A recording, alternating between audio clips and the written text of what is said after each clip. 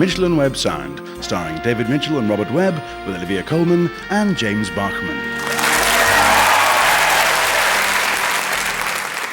So there are various roles that we're looking to fill, and I know you've been working very hard coming up with some suitable candidates. If we can start with the accountancy position, because I think that's probably the most straightforward. What are your thoughts?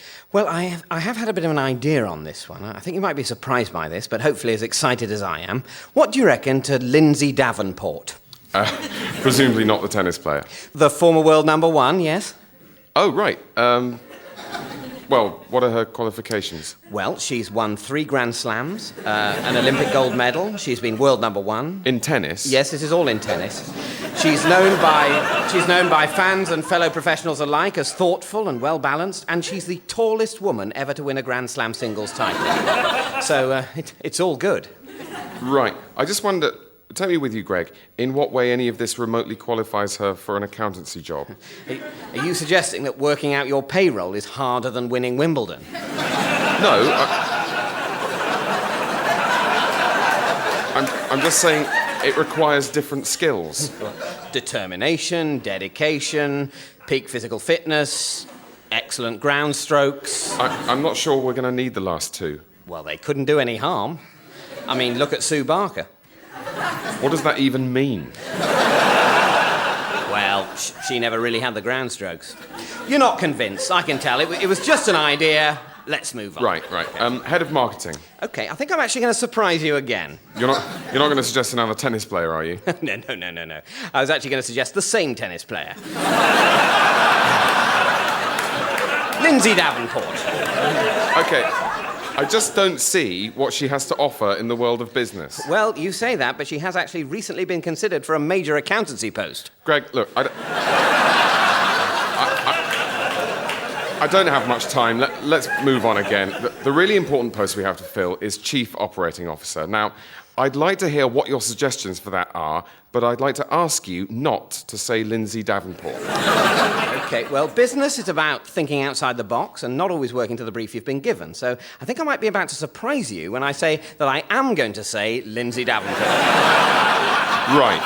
Now, I'll be honest with you. If you do go for Lindsay for Chief Operating Officer, there is one major drawback. Which is? You've got a massive gap in accountancy and marketing. Greg, have you interviewed any realistic candidates for any of the jobs I briefed you about? Well, to be honest with you, Tim, I was so impressed by the meeting I had with Lindsay Davenport that I pretty much called off the search. I mean, she is terrific. She's so tall. Greg, have you got anyone else on your books at all? Well, yes, of course. There's Alan Davenport. Quite a coincidence. Isn't it? No, I'm just going through the D's. So, tell me about Alan. He's tall, likes tennis, bit of a womanly bearing, excellent ground strokes, known as Lindsay to his friends. Get out, Greg. Well, have it your way, but you're making a big mistake. No luck again, Lindsay, I'm afraid. Charles Dickens, the great storyteller, creator of 1,000 immortal characters such as David Copperfield, Artful Roger and Scrooge McDuck. And now his classic novels can be part of your life. Sign up now and each week we'll send you a full page of the great man's works. Each page is lovingly printed by only the shiniest machines and contains up to 400 words, front and back. Watch your collection build week by week until by 2016 you'll have the whole of Bleak House. Don't delay, sign up today to the works of Dickens, page by page for just $39.99 a month. Brought to you by Heritage Masterpieces plc, helping you to make us richer. So glad you're finally going to meet Anthony. Yeah. He's a great guy. In fact, here he comes. Anthony, over here. Hi. Oh, no. He's brought Demetrius. Who's Demetrius? It's his robot. Hi, you must be Anne. Hello. Wow, that's amazing. Oh, thanks. Demetrius, sit down. He promised you wouldn't bring him. You know I don't like him. I know, but I've just fitted his voice module and he was so excited. Go on, Demetrius, what were you going to say? I love you, Graham.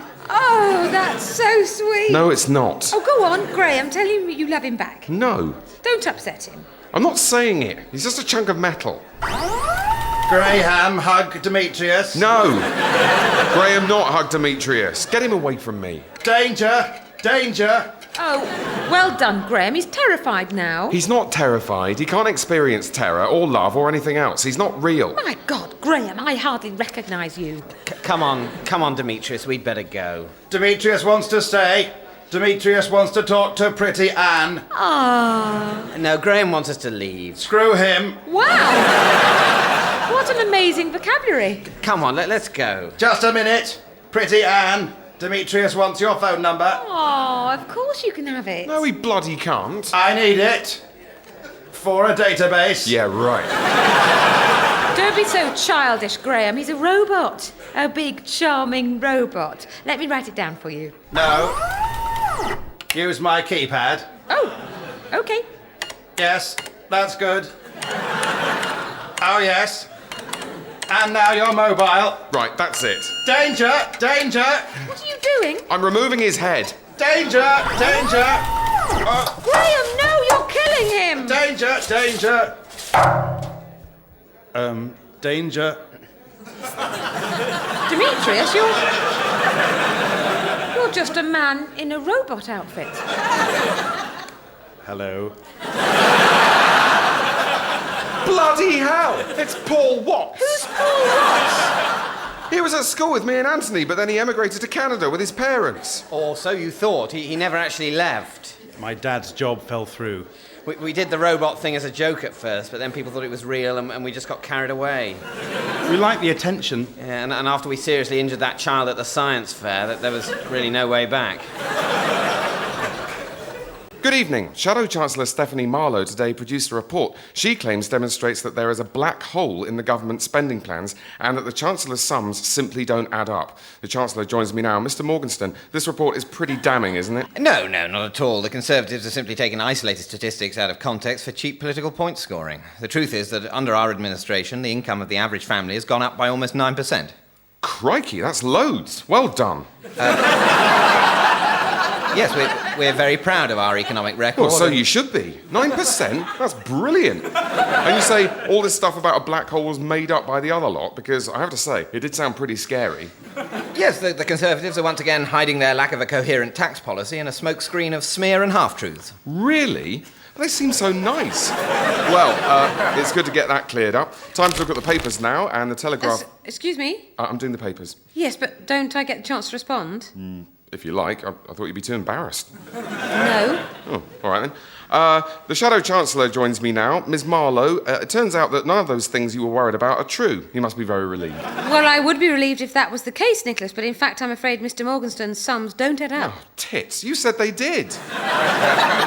Yes, they do. Oh, come on. Either they add up or they don't. I can assure you I have already studied the Chancellor's figures carefully, and he has a gaping black hole in his budget, which he can only fill with yet more of his stealth taxes. Stealth taxes. That sounds awful. No. Whereas this party would cut taxes across the board in our very first budget. Hooray! Which means more money in your pocket. Oh, super duper. I'm going to spend mine on a motorbike. Chancellor, do you want one? I'm afraid it's not as simple as that, Nick. Oh, isn't it? No, you see, the Tories would fund these tax bribes by slashing funding for hospitals and schools. What, schools and hospitals? But my kids go to school. You bastard. You're prepared to sacrifice my kids so that everyone can have a motorbike? No, not at all. Mr. Morgenstern is just indulging in typical New Labour scaremongering. Are you? No. He says he's not. Well, he is. Oh, what's going on?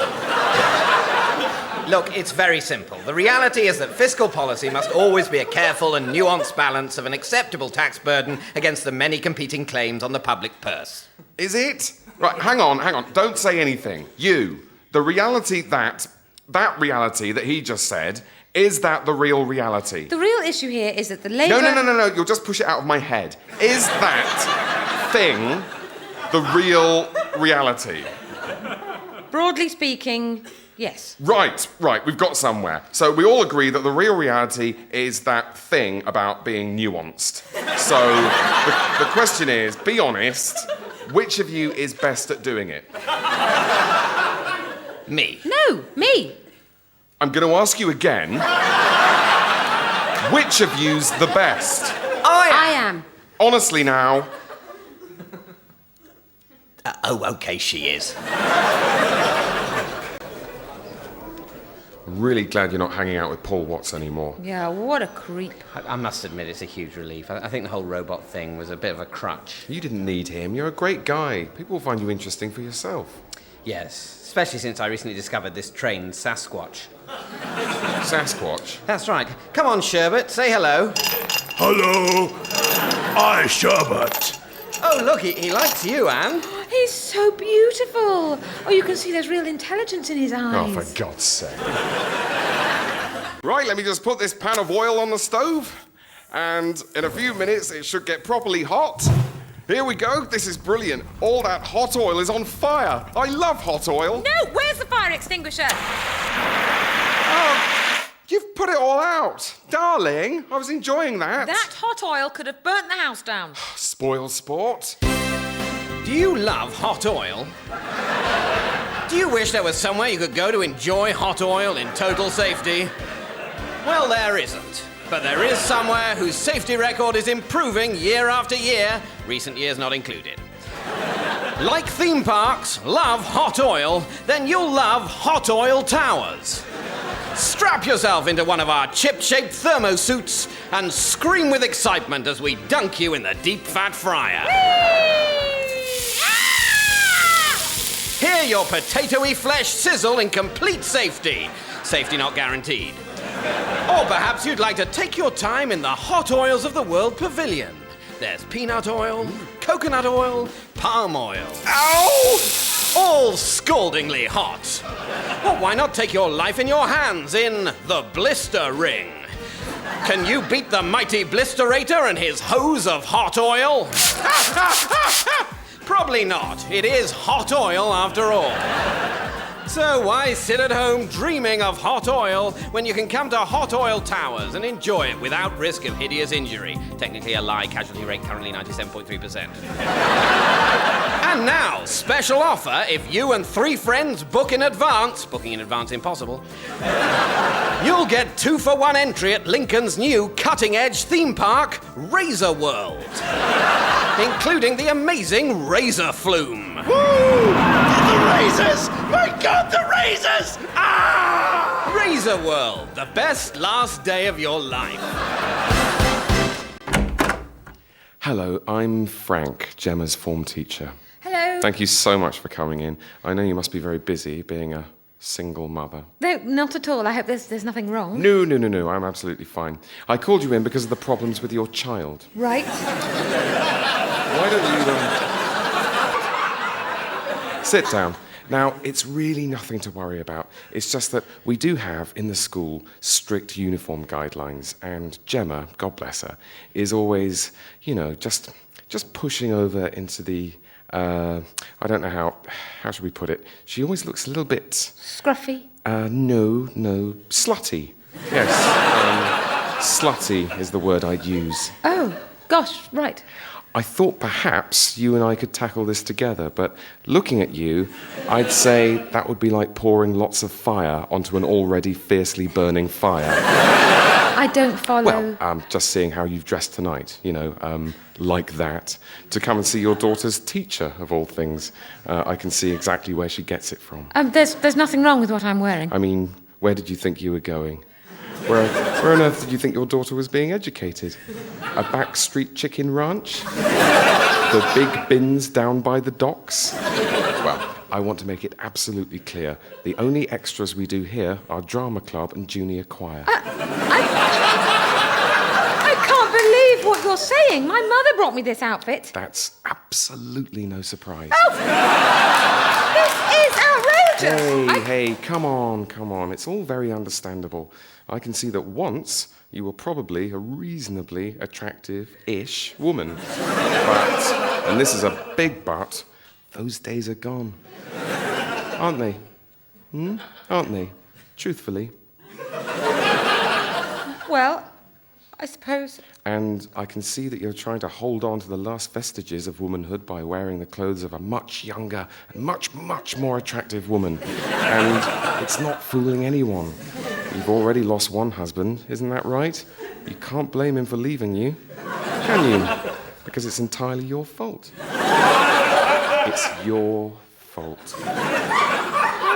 Hey, shh, it's your fault. Oh, God. How are you feeling right now? I bet you're feeling pretty low, hey? Pretty bad about yourself? There. What can we do, What can we do? How about a little date? Just a little date? Can't hurt, can it? Just a little one. What do you say? I think I'd like that. I'd like to go on a little date. Exactly. There we go. You and me on a lovely little date. Leonardo da Vinci's famous Mona Lisa is one of the all-time classics of the art world, right up there with the Scream and that picture of a tennis player scratching her bum. And now you can enjoy her funny smile in your own home. Sign up now and each week we'll send you a piece of our exclusive 3,000-piece Mona Lisa jigsaw. Week by week you'll see that famous face emerge in finest quality plywood. Imagine the jealousy of your surviving family and friends when, in just 57 years, you are the proud owner of the complete painting. And at just $24.99 a week, can you afford not to join? Brought to you by Heritage Masterpieces plc, separating fools from their money since 1983. Oh, it's you, Ormonroyd. Please, no need to knock. No, I thought not. You're an awkward customer, aren't you, Ormonroyd? So they tell me, sir. So they tell me. I'm not happy with your methods, Inspector. Listen, chum, you've got nothing on me and you know it. I do all my paperwork, I keep my nose clean, I don't tread on anyone's toes. I dot the I's, I cross the T's. I am Mr. Squeaky Clean. Yes, but you never catch any criminals. Oh, aye, that's what it's all about these days, isn't it? League tables and conviction rates. Listen, sunshine, I may not get results, but by God I do things by the book. Nobody cares about the book, Ormonroyd. I don't even know where you got that book. All I know is you're supposed to be in charge of tracking down this killer, and I want you concentrating on nailing him, not reporting your fellow officers for uniform infractions. I see, so a few old ladies get bumped off and suddenly epaulets are optional. Listen, son, when I joined the police force, round about the time you joined the Cub Scouts, I didn't do it for the glamour, and I sure as hellfire didn't do it for the dough. I did it for one reason only, to follow correct procedure and document it appropriately. Ormonroyd, he's killed 8 times and he'll kill again. All I'm asking is if you could maybe leave some of the paperwork to fill out after you've caught the bastard. You're asking me to operate outside the law, sir. And if I do that, then what's the difference between him and me? He murders nuns. You leave me no choice. I'm taking you off the case, Ormonroyd. You can't do that! Give me one good reason why not. Reassignment of personnel above the rank of sergeant can only be undertaken after a D380 review approved by the deployment committee. Bloody hell. All right, you get one more chance, Inspector, but I warn you, I'm going to be watching you like a ruddy hawk. And if I don't see some corners cut or some liberties taken soon, I'm going to come down on you like a ton of bricks. Got it? Yes, sir. Thank you so very much, sir. Now, if you'll excuse me, I have a questionnaire to fill in on how this meeting has affected my morale. War. Famine. Disease. All look amazing on HD. And tomorrow at 2:15 you can hear the afternoon play. Erica's life has fallen apart since Michael left, but is help at hand from an unexpected source. Tick-tock, tick-tock, time going by. 9:30, 10:30, 11:30, 12:30, 1:30, 2:30, 3:30, 4:30. So many hours in just one day.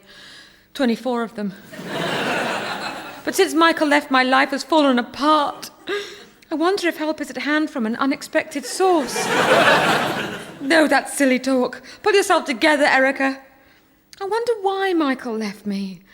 Is it because I'm irredeemably middle class and mind-blowingly self-involved? No, that's too obvious. There must be some other reason if I could just... Oh, look at me. 45 years old and talking to a cat. If only you could talk, eh, Felix? I'm sure you'd know what to do. Will Erica's cat talk to her? Will she be shocked at first and then come to rely on his advice? Will she gradually realise that her cat can't really talk and is an elephantine metaphor for developing as a person? Will it all end in a wistful and heartwarming way? If you're so dull-witted that you can't answer these questions for yourself, tune in tomorrow at 2:15 for our play, What Happened After It Looked Like Erica's Cat Started Talking to Her. The BBC is obliged to remind you it's 45 minutes of your life you'll never get back. OK, listen up, creatives. The RSPCA are after a song to go on their new advert. They're trying to catch some criminals who've been letting dogs out of their kennels. So basically, someone's let the dogs out, but we don't know who let them out. Can we think of an appropriate song?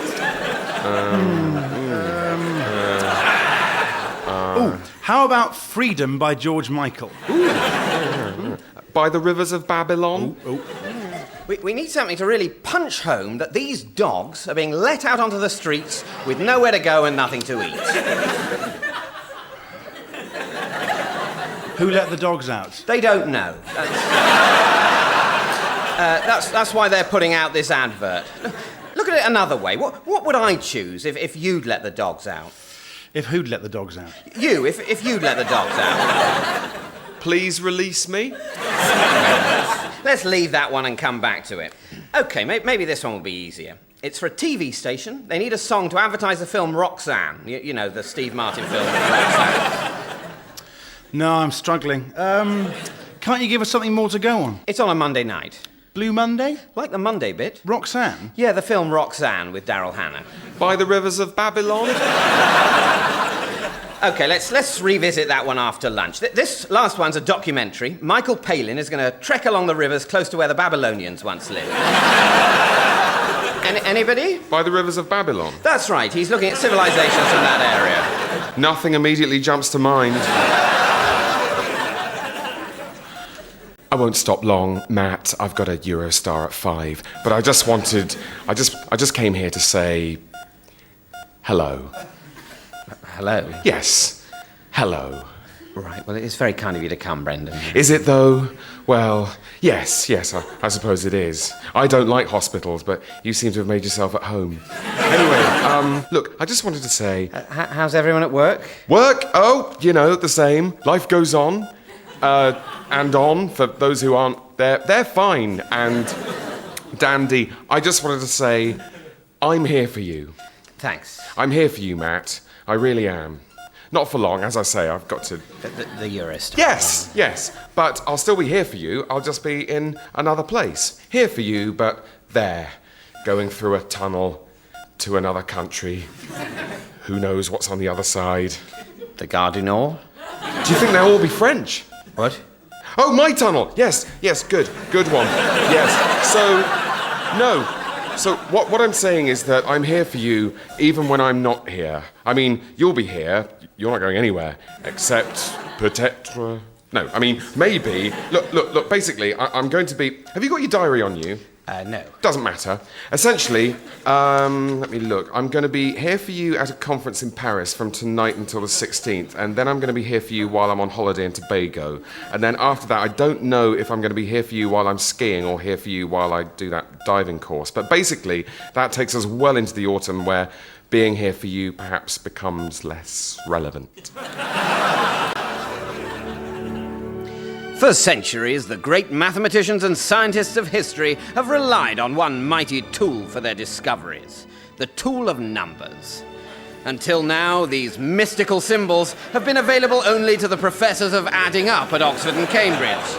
But now you have the chance to enjoy the beauty of numbers in your own home.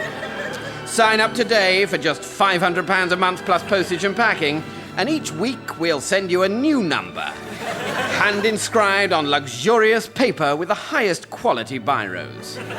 Week by week, you'll watch your collection grow until in no time at all, you'll be the proud possessor of every number in existence, from 1 to infinity. Brought to you by Heritage Masterpieces plc. Think of us like a tax on stupidity. All right, Donny? Great place this, isn't it? Yeah, it's all right. What's up? You're not having a good time? Oh, I don't know. I see all these guys talking to women and they make it look so easy, but I just can't seem to meet anyone. Right. Why do you think that is? Well, I don't know. I've got my nice shirt on, I'm wearing my expensive aftershave, I've got my giant bear claws on. Yeah, the bear claws. What? You don't think they might be the problem? I wouldn't rule them out. They're a real conversation starter. Yes, they are. It's just none of the conversations are with you. In fact, I think that's why all the other men in here are doing quite well. They're using you as an icebreaker. Really? Yeah, and also, just because they're not wearing a pair of giant bear claws, they look like a relatively good bet. Oh, right, but I thought there'd be a good way to get into my anecdote about how I killed that bear. I'm not sure that's your best anecdote anyway. It's a great anecdote. How much more impressive can you get than killing a grizzly with your bare hands? I think that's a problem as well. When you say, I killed it with my bare hands, and you're wearing those, it's ambiguous. People might think you killed it with those claws, which sort of makes it less impressive, because you having claws makes it less fair on the bear. Less fair on the bear. It was a 500-pound grizzly. An unconscious 500-pound grizzly. It could have woken at any time. Any time after the anaesthetic dart wore off. You know, the anaesthetic dart that the zookeeper used to sedate it after you tripped and fell into the enclosure because you were concentrating on your ice cream at the zoo. But those are minor details. I mean, the fact remains, I killed a bear with my unadorned human hands. And the rock you used to cave its skull in. I used my hands to lift the rock. Yeah, still, I think there's a danger that if you ever do tell the anecdote, some women might actually take the bear's side. They take a wild bear's side against mine? A vulnerable, peacefully sleeping wild bear above a rock-wielding bear murderer. Yes. God, what is it with women today? How are we supposed to know what they want? I think what they want is a man who knows his own mind, but at the same time is sensitive enough not to smash in the skull of an innocently snoozing animal, dismember it, and then wear parts of its rotting carcass as a sort of grim, meaty trophy. Right. God, it's a bloody fine line modern masculinity has to tread, isn't it?